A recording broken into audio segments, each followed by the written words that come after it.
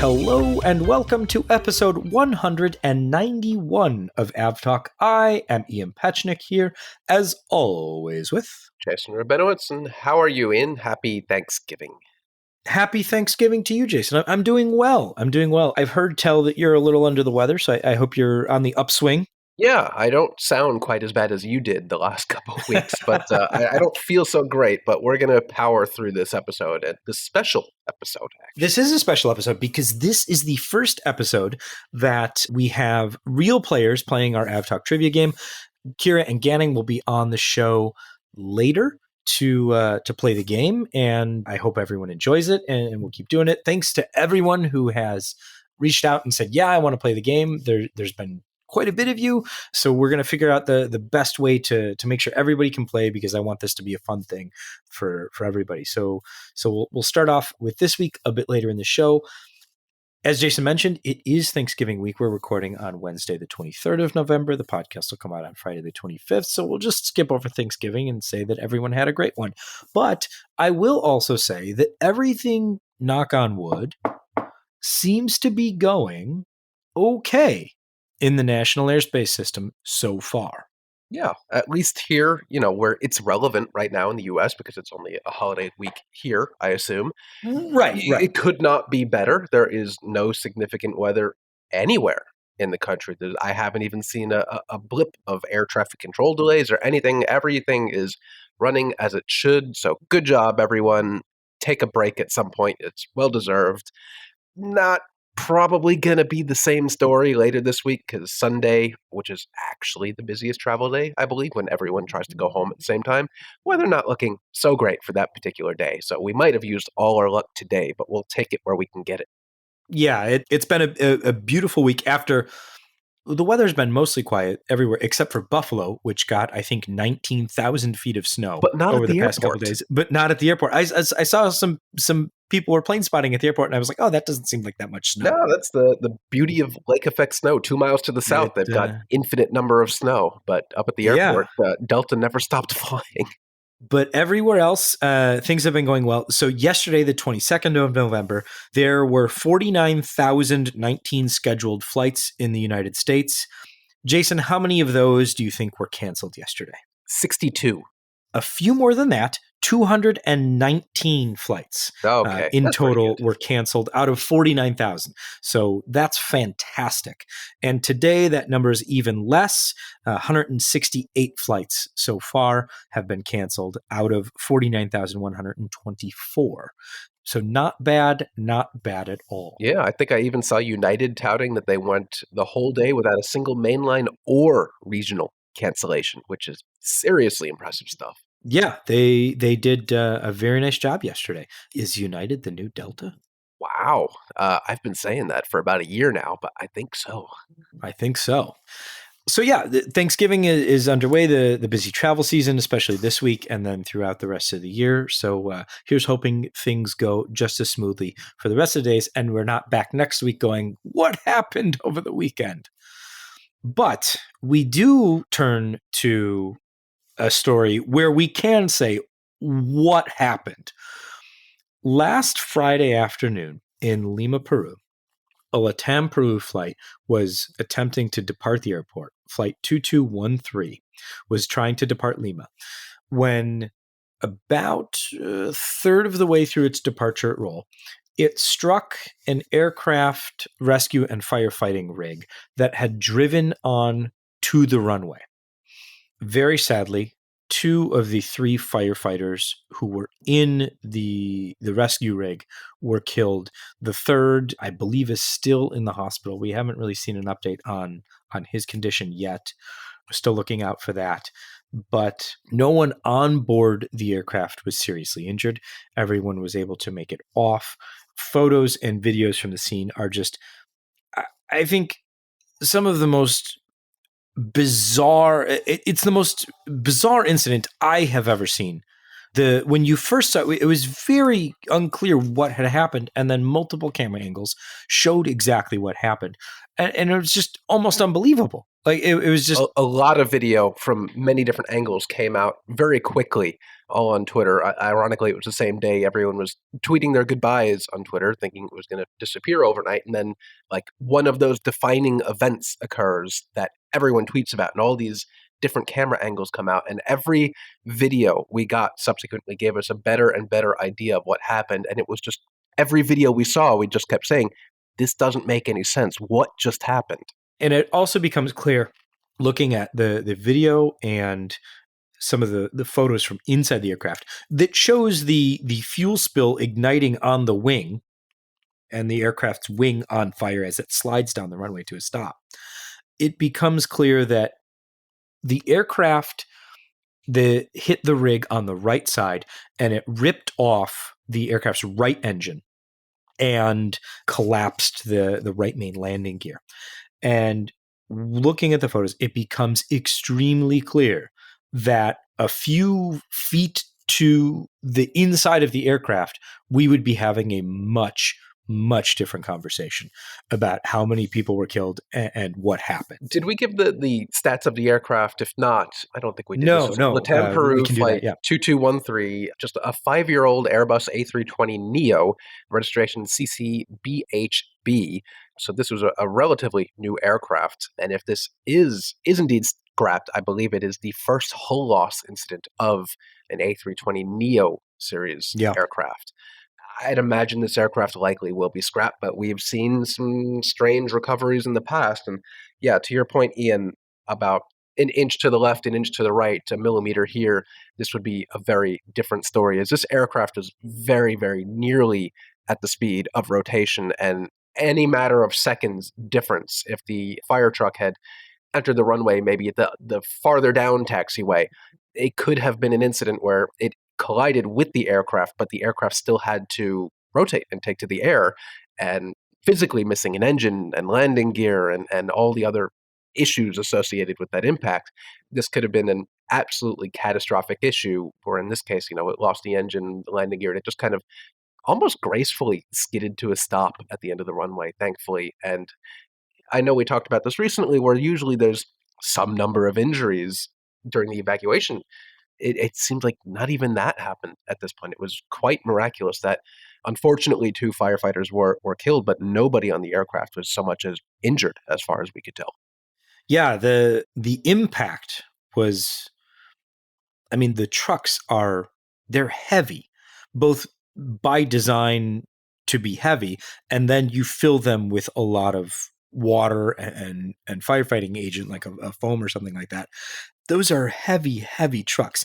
And I was kind of surprised by the fact, and I guess this makes sense because it hit the engine. The engines are designed, if there's an impact to the engine, they're designed to come off. Yeah, I don't know if it's an impact to the engine, I guess, or if there's certain G-load stresses on the aircraft. It's probably either way, but I don't think anyone at Airbus or Boeing or Bombardier ever ran a simulation on what happens if a fire truck drives into the engine of the aircraft while it's speeding down the runway at 127 knots. Like, that simulation's probably never been run, so I'm assuming this incident will be studied quite a bit moving forward. Yeah, I'm sure. It's just some data that you'd never think to obtain Yeah, before yeah, something like this yeah. actually happens in the real world. But everything, I guess, aircraft-wise, worked as expected. And yeah, there was a fire, but I don't think that's avoidable given what actually happened. No. So the kind of precipitating event for what happened is the Lima airport's been under a massive amount of construction for a few years now, as they build a new runway, a new control tower, and expand the airport. And what was happening at the time was an exercise by the firefighting crews to prove that they can get from their emergency base to anywhere on the airfield in less than 3 minutes. And so they were moving at full speed and entering the runway area. The airport authority has put out some information about the incident. Say, and I'm going to quote it here, and then we can kind of talk about what's happening. This is from, let's see, the 20th of November from the Lima Airport Authority. Quote, "It is important to recall that this operation was previously coordinated between the airport operator and the air traffic authority," meaning the air traffic controllers, "as on previous occasions. In this case, coordination started on November 17th, and CORPAC, which is the air traffic authority, proposed to carry out the exercise between 1500 and 1600 hours the following day. On November 18th, during the morning and until the beginning of the exercise, the firefighting team made all the necessary arrangements to execute the maneuver. The control tower confirmed the start time of 15:10, it being the time fixed for the beginning of the maneuver, and the impact with the LATAM aircraft occurred at 15:11. So what the airport is saying is that this was previously coordinated. And that very well may be true, but what they're not saying, what they haven't said, is if these aircraft rescue firefighting rigs had air traffic control permission to enter the active runway area. And this is where I'm leaning on the good folks who listen to this podcast and who may know more about this than I do. It is my understanding that nothing enters a runway unless it is specifically and exactly cleared to enter the runway by air traffic control. Not, we talked about this, so we're going to do it. Not, we scheduled this, so we're going to do it. But you ask, and they either say enter or they say don't enter. That is my understanding. And I could be wrong here. And so hopefully if somebody has more, if air traffic controllers are listening, or if you're an airport firefighter and you're listening, or if you're just someone who works anywhere in the field, please correct me if I'm wrong, but that's my understanding. Yep, same as me. As I've ever known in the past, nothing enters the active runway unless I get explicit permission from ATC at that moment. I guess it could have been that when the ARFF trucks were dispatched out of their base, maybe they were given a set of instructions and permission to enter the active runway, and then there was some miscommunication where the aircraft was given permission to take off when it shouldn't have been, but nothing enters the runway without explicit permission from air traffic control to do so. If we're wrong about that, and I don't think we are, feel free to reach out and tell us such. But what the airport really did not say was who had permission to be on the runway at that moment, since, of course, there can only be one thing happening at a time. Either the aircraft is taking off or the firefighting trucks are crossing the runway. And there seems to be some miscommunication or missing information about who exactly was supposed to be there. What we do know at this point, and what thankfully has been corrected at this point, was that the Peruvian authorities actually arrested the flight crew after the crash, which is wholly ridiculous that is a thing that would happen. It takes having a criminal spin to an air crash investigation to a whole new level, that they would just arrest the flight crew after such a traumatic incident like that, where probably the flight crew is not even the ones that did anything wrong. Really kind of outrageous behavior. Thankfully, they had been released, but I'm really disappointed that would have been allowed to happen in the first place. Yeah, I mean, generally, unless there's clear criminality, these are safety investigations. The whole point of an incident investigation, an accident investigation by aviation safety authorities, is to ensure it doesn't happen again. Find out what happened and fix whatever happened, fix whatever led to this happening, so it never happens again. This is not great. But as Jason said, they thankfully have been, after being detained, they've not been released. But this is certainly an investigation that we'll be closely following to understand a little bit more about what happened and why it happened. And again, so that it never happens again. But just a truly maddening set of circumstances at this point.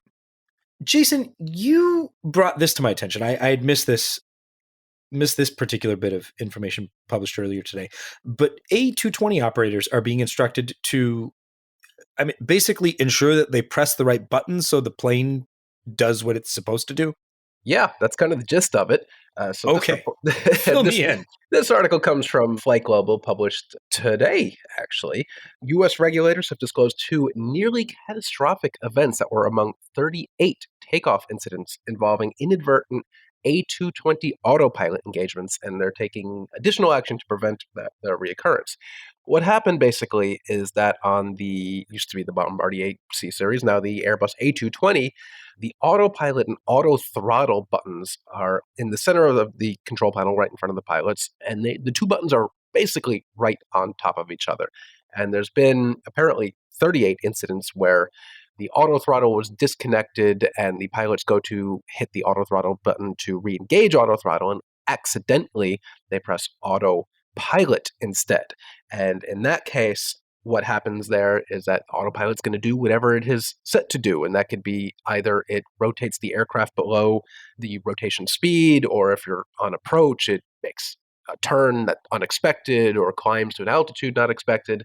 Just really not great behavior. The article goes on to specify that aircraft aren't actually supposed to be on autopilot below 400 feet. So this is definitely something that's not an expected action flying the aircraft, and there's no real changes coming to the aircraft, but basically the FAA would like operators of the aircraft to put this in their flight manuals, I guess, or their training materials to press the right button. Always good to press the right button. Yes, maybe in the future Airbus will take that back, and maybe on the upcoming A220-500, which may or may not ever happen, they will place the autopilot and auto throttle buttons a little farther away from each other. So when Russia invaded Ukraine and one of the things that happened in aviation was that airlines in Russia began basically keeping aircraft that they did not own.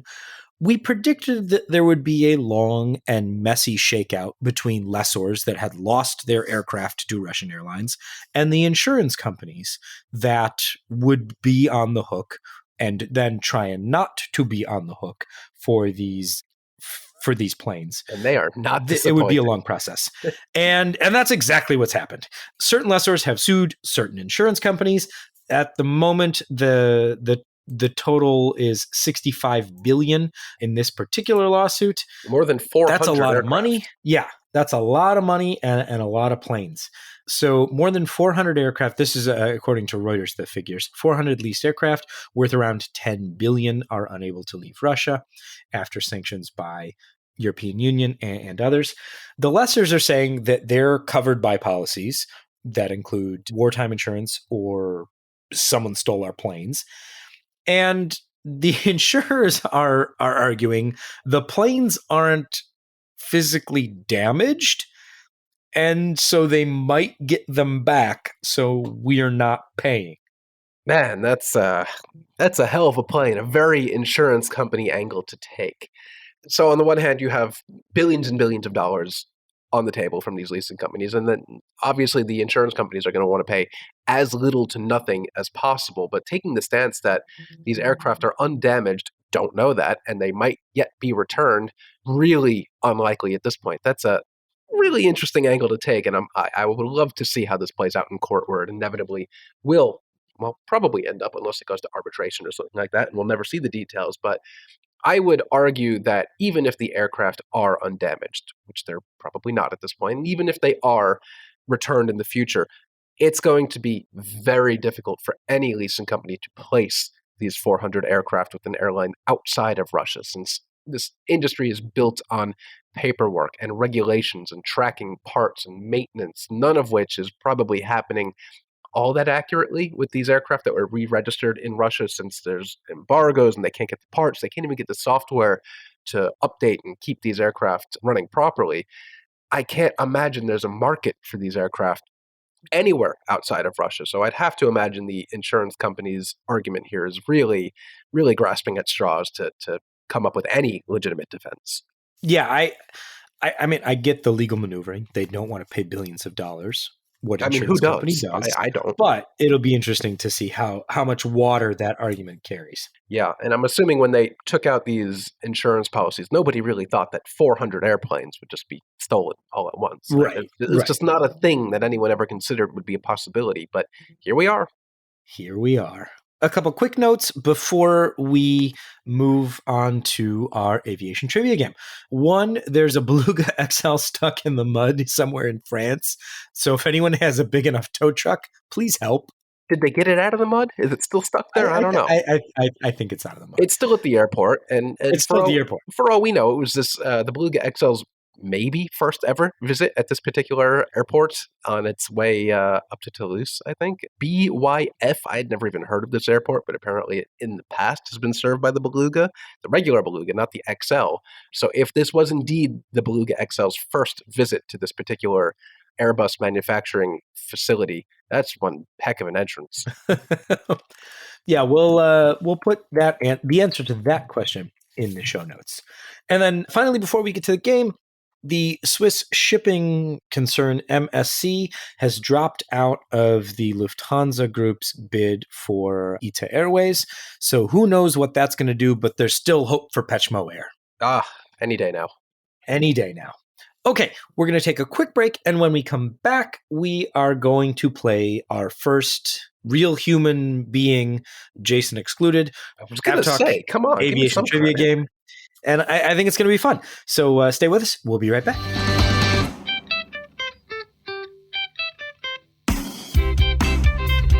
Welcome back. It is now time for the inaugural version of the AvTalk trivia game, or the inaugural real version. If you listened to last week's episode, I surprised Jason with a little AvTalk trivia game, and he did pretty well, considering that that I thoroughly surprised him with what was about to befall him. Yeah, that was a good beta test, and now we've got the real shipping product ready to go.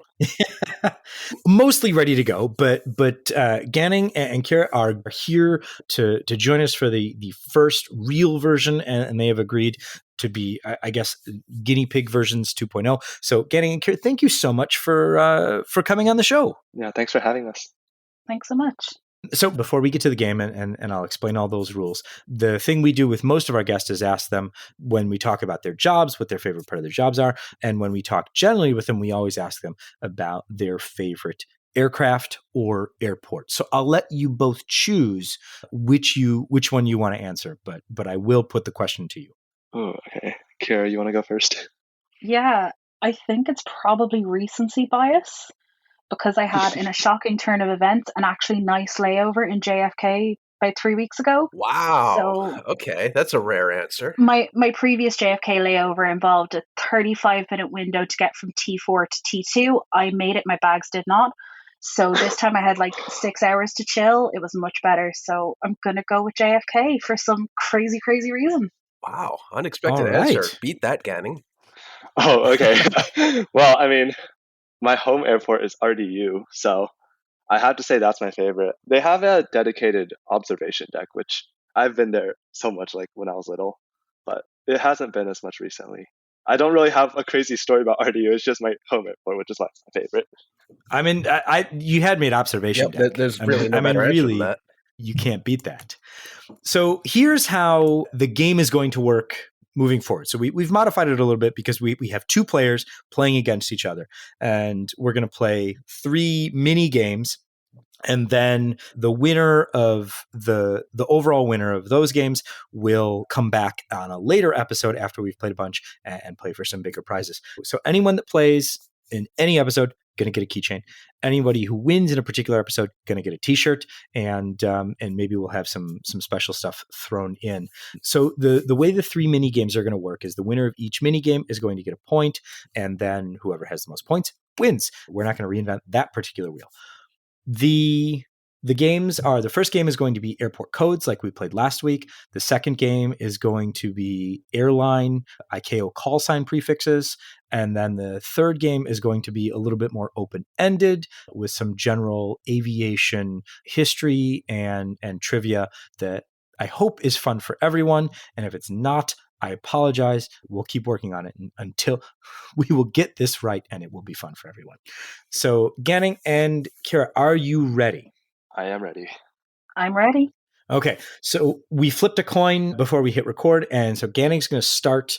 Ganning's going to get the first question, and this is the 3-letter airport IATA code, and you give me the city name that the airport serves. And the first one is PRG. Ooh, PRG. I'm not going to lie, I don't know. Okay, so I have hints for all of these. So I'll give you one hint, and then if you still don't get it, Ciara, you can steal. So Ganning, you should really check out this airport. I should really check out. Okay. I feel like it's going to be something with the Czech Republic. Did you said that? Give you 3 more seconds. Oh, can I have another hint? Or No, you cannot. Ciara, okay. can you steal it? Steal. I can't steal it because PRG. I've actually flown through here twice. It's Prague. Hey. Okay. All right. It is. Ciara, sticking with you, CPH. Copenhagen. Yes. Nicely done. Suddenly living in Europe is working to my advantage. This is the first time it's happened in a while. Ganning, back to you, TFS. Oh, I know this. Tenerife. Which one? South. TFS. South. That's right. Well done. Ciara, CUN. Cancun? Very good. Okay, that was a guess. I'm happy. Ganning, FLL. This one's Fort Lauderdale, I think. Very good. Ciara, FAI. Oh, can I have a hint? It's fair to say that this airport sees a lot of snow. Fairbanks? Yes. Very good. Dug deep to get that one. The clue gave it to me, Ganning. not gonna lie. The clues are hopefully giveaways, I hope. Ganning, GMP. Ooh, can I get a hint for this one? This airport is the second airport that serves the city. So it's the secondary airport that serves the city, serving mostly domestic flights. It is 1/2 of the busiest domestic route in the world. Ooh, okay. Yeah, I don't know this one. Ciara, can you steal for the game? I know one of the airports on the route, and I know where it is, and I can't. Is it? I'm probably gonna. But is it Gimpo? Gempo? So give us the city. Seoul? Yes. You got it. And just for our sake, what was the other city? What's the other half of the world's busiest domestic route? Oh, I can't remember the other half. You're lucky I got the Seoul part. Jason, what is it? Jeju Island. There you go. Where are we? We're on back to Ciara. KTM. Can I have a hint? This airport is the major airport that you would fly into from anywhere else in the world if you were going to climb Mount Everest. Yeah, Kathmandu. Yes. Kathmandu. Ganning, DSS. Can I have a hint?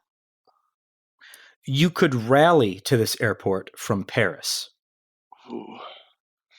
I'm gonna say I don't know on this one either. I'll give you another hint. It's also the last airport you see flying south from Europe to South America. The thing is, I don't know many European airports. I know more in the US, so. Ciara, you want to steal? I have no idea whatsoever. Jason? Well, fortunately, I have the answer sheet in front of me, and it is You do have the Dakar, answer sheet. Senegal. That's a tricky one. Even the hint there, the rally. that was you have to tricky. have some deep knowledge that there's a vehicle rally between Paris and Dakar to get that one. They get harder as we go, I think. And then, let's see. Ciara, back to you for the last one. TUN. Tunis? Yes. Tunis. There it is. So Ciara is ahead 1-0 with the first airport code trivia game done. We move on to airlines. We will give you the ICAO call sign prefix, the 3-letter one, not the radio call sign. So for instance, if I said ANA, you would say All Nippon Airways, or if I said AAL, you would say American Airlines. Let's see. Ganning, you went first in the first game, so Ciara, it is your turn to go first. This one might be easy. EIN. Yeah, slightly easy for me. It's Aer Lingus. All right. We'd have to disqualify you if you got that one wrong. So I'm happy we don't have to go through that. If I got that one wrong, I'd have to hand my passport back, I think. You'd only be able to fly Ryanair after that. Please don't do that to me. Please don't do that to me. Ganning, ROU. ROU. Air Canada. Oh, I don't know how to say this last word. Is it Rogue? Rouge? Rouge. Rouge. Very good. Yeah, I'll accept Rogue, though. Yeah. Yeah. They have gone Rogue. Let's see. Ciara, KOR. Korean Airlines? No. I'm sorry. Ganning, you want to steal that one? Okay. Oh, I would have guessed Korean as well. I don't know it. Partial, but no credit. It's Air Koryo, the North Korean airline. And there is a big distinction between those two airlines. Let's see. Ganning, ASA. Oh, I think this is Alaska Airlines. You are correct. Correct. Ciara, CMP. I don't know. Would you like the hint? Yeah, what's the hint? This airline's livery bears a strikingly close resemblance to another airline on the same side of the globe. Is it that? Oh, I'm going to butcher it. Is it that La Compagnie, the like fancy French one?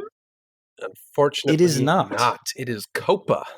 Copa Airlines has a strikingly similar, if not a knockoff tail of United. Or Continental. I guess it would really be Continental, huh? Yeah, the Continental, the globe. They That's both an have, argument we're not going to have on this podcast right now. Ganning, ENT. Can I have a hint for this one? Just finish the word. ENT.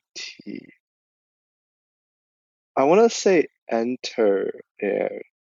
Very good. Correct. Wow. Okay. I even couldn't get that one after the hint. Ciara, VLG.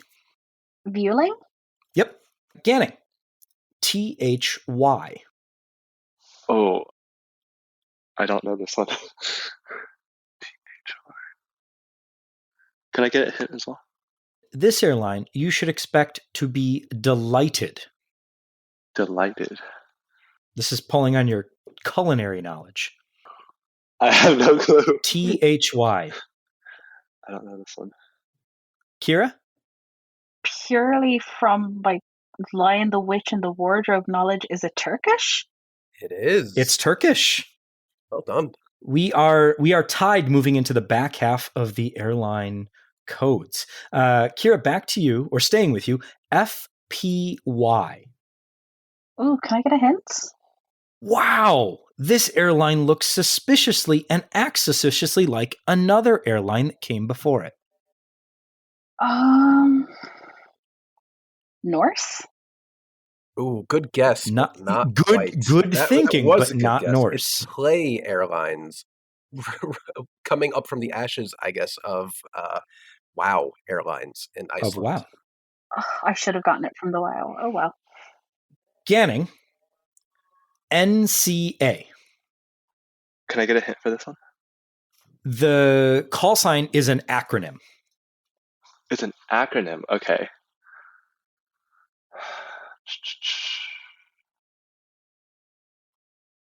I don't know this. Cure for the steal? I have no idea. This one is Nippon Cargo Airlines. And that one was for the win, right? I think we need the tiebreaker. So we need the tiebreaker. All right. We go to the tiebreaker. Okay, so for the tiebreaker, whoever answers first gets the point. Okay. Okay. Ready? KQA. Kuwait? Not Kuwait. Ganning for the win. I want to say Kenya, but I don't know. Wow, you got it. Kenya is correct. Oh, okay. Well done. Didn't even know it, but you were right.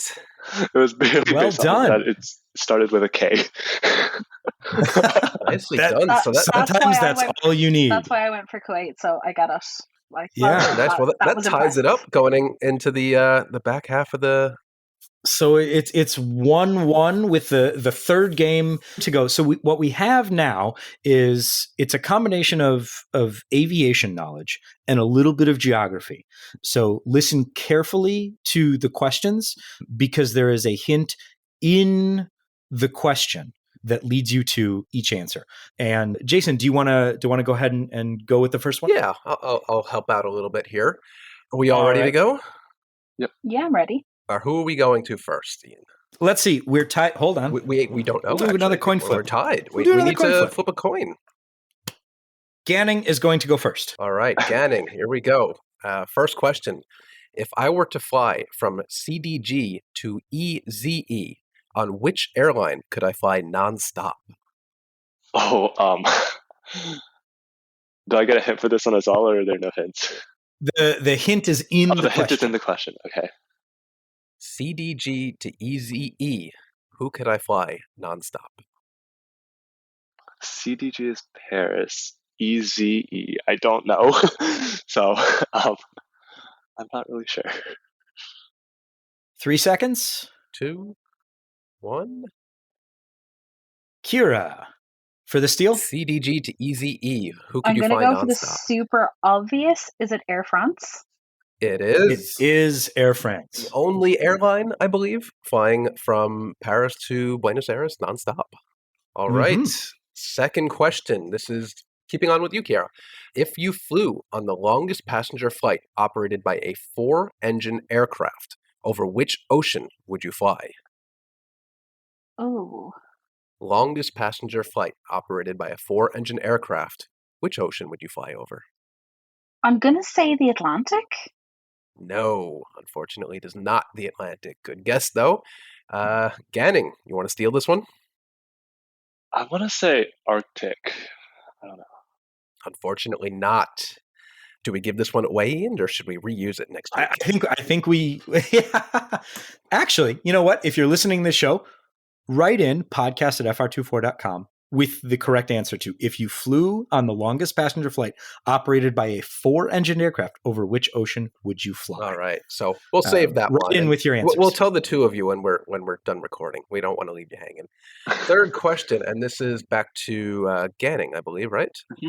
Yep. Most airports around the world are busiest during the summer, but these two U.S. airports also see large increases in flight operations in late November and December.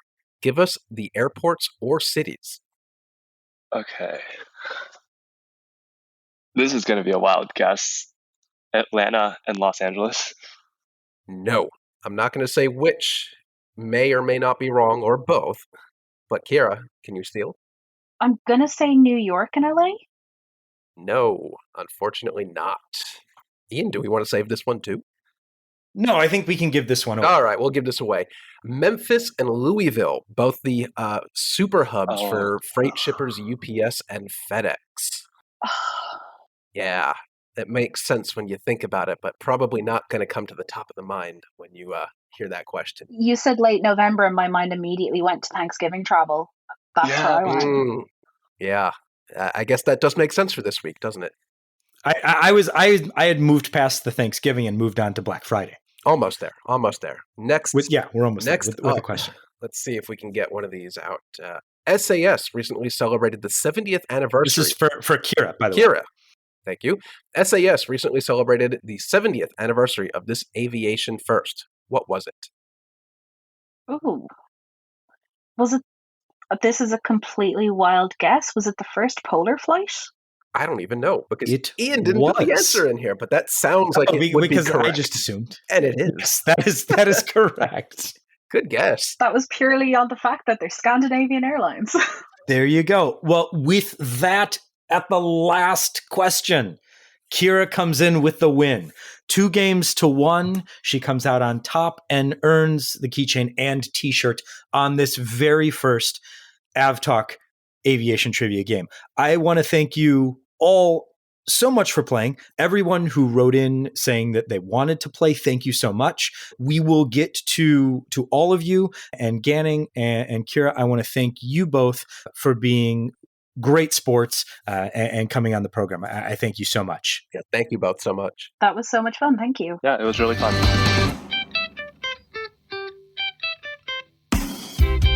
Welcome back. I thought that went surprisingly well. We made through it. Yeah, we're going to take back what we learned today and tighten things up a little bit, maybe add in some sound effects if we ever figure out how to do that. And I think this is going to be a reoccurring segment. Absolutely. Absolutely. I think it'll be fun. Again, if you want to play, email us at podcast@fr24.com. And if you know the answer to the question that no one got on this week's episode, email us podcast@fr24.com with your answer, and we'll choose one of the correct answers from those emails for a special prize. So lots of prizes going out the door on this week's podcast. I'm in a thankful and giving mood, so we're going with that. Before we end the show today, we're going to talk about something that Jason's been on about, which is the World Cup, and we're going to put an aviation angle on it because there's always an aviation angle. Always. So we've talked about some of the more interesting flights happening because of the World Cup in Qatar, and the KLM kind of triangle route being chief among them, and we got the answer why. And we expand that lack of hotel and parking space to other airlines, and they're now operating flights between Dubai and Doha as well. So, Jason, I'll let you take it from there, and I'll become the numbers guy. All right. Well, ordinarily at Dubai's other airport, Dubai World Central, I think there's usually 0 passenger flights per day. Maybe there's 1 or 2 on some random days, but typically the average hovers around 0 passenger flights. Not exactly the global hub they envisioned yet at this point. But because of the lack of hotel space and I guess other things to do in Qatar, Qatar Airways and Fly Dubai are running basically shuttle buses at this point between DWC and both of Doha's airports. So Qatar is flying to Doha's current airport, and Fly Dubai is flying to the old Doha airport, now named DIA. So the old base that I think is now primarily used by private aviation and also the military actually there, which is interesting. But I knew there were going to be some flights between the two, and there are far more than I anticipated and far more that's actually in the schedule, since it looks like any flight that Qatar had planned to operate, they're operating multiple segments 10 minutes apart because there's, I guess, demand for these flights is really high. So the other day there was a Qatar flight at 5:40 a.m. and then 6:40 and then 6:50 and then 7:35 and then 7:40.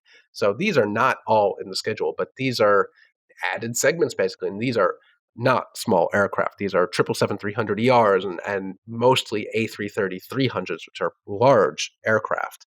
I counted 30 on one particular day, but Ian, the numbers are actually quite a bit more than that, isn't it? Yeah, so the commercial airline flights, I guess, belie the fact that because it's the World Cup, there are also a large number of private aviation flights. So just sticking with commercial flights for a moment, from Dubai World Center to both Doha airports, you've got Fly Dubai operating on the 21st of November.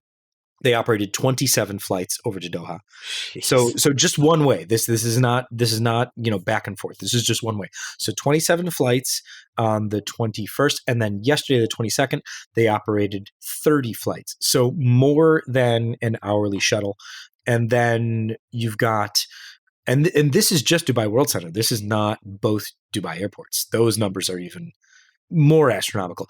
But then you have Qatar going 15 flights on the 21st and then 19 flights on the 22nd. And as you mentioned, these are large aircraft. I mean, the Fly Dubai are 737s, but the Qatar Airways flights are large wide-body aircraft operating roughly 40-minute flight. So lots and lots of aviation and transport moving through. 107 total flights over the past few weeks from Dubai World Center to both Doha airports, and 43 from to DIA, and then 43 to Doha Hamad. So I mean, that's lots wild. and lots of a huge increase in flights. So we'll see how that goes over the next couple of weeks throughout the World Cup.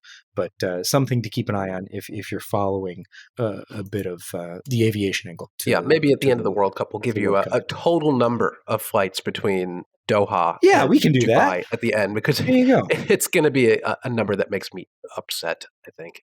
I mean, at this point we're running hourly shuttles, so it's more so. They used to actually run an hourly shuttle between Doha and Dubai, where much like today, they would throw any available aircraft that could do a 2-hour turn. But this is even more than that. It's wild. Not a good thing, by the way. I don't like that this is happening. I'm just particularly interested by it. If only there was some sort of mode of transportation that could carry a lot of people a slightly longer distance, perhaps 2 pieces of steel that you could put on, maybe call it a track or something. You're talking crazy. All right, we'll figure it out for next week. Can't be done. I hope everyone enjoyed the trivia game. We're going to keep refining it and hopefully get as many people as we can to play it because it'll be fun. Hopefully we can do some special episodes of the trivia game elsewhere, starting to plot that a little in my head and find out where we can go and what we can do. And then we'll be back next week after the Thanksgiving break for another episode and hopefully another game. So thank you all so very much for listening to episode 191. If you're in the US or celebrating just because, happy Thanksgiving. We hope you have a wonderful week, and we'll see you next time. I am Ian Petchnik, here as always with Jason Rabinowitz. Thanks for listening.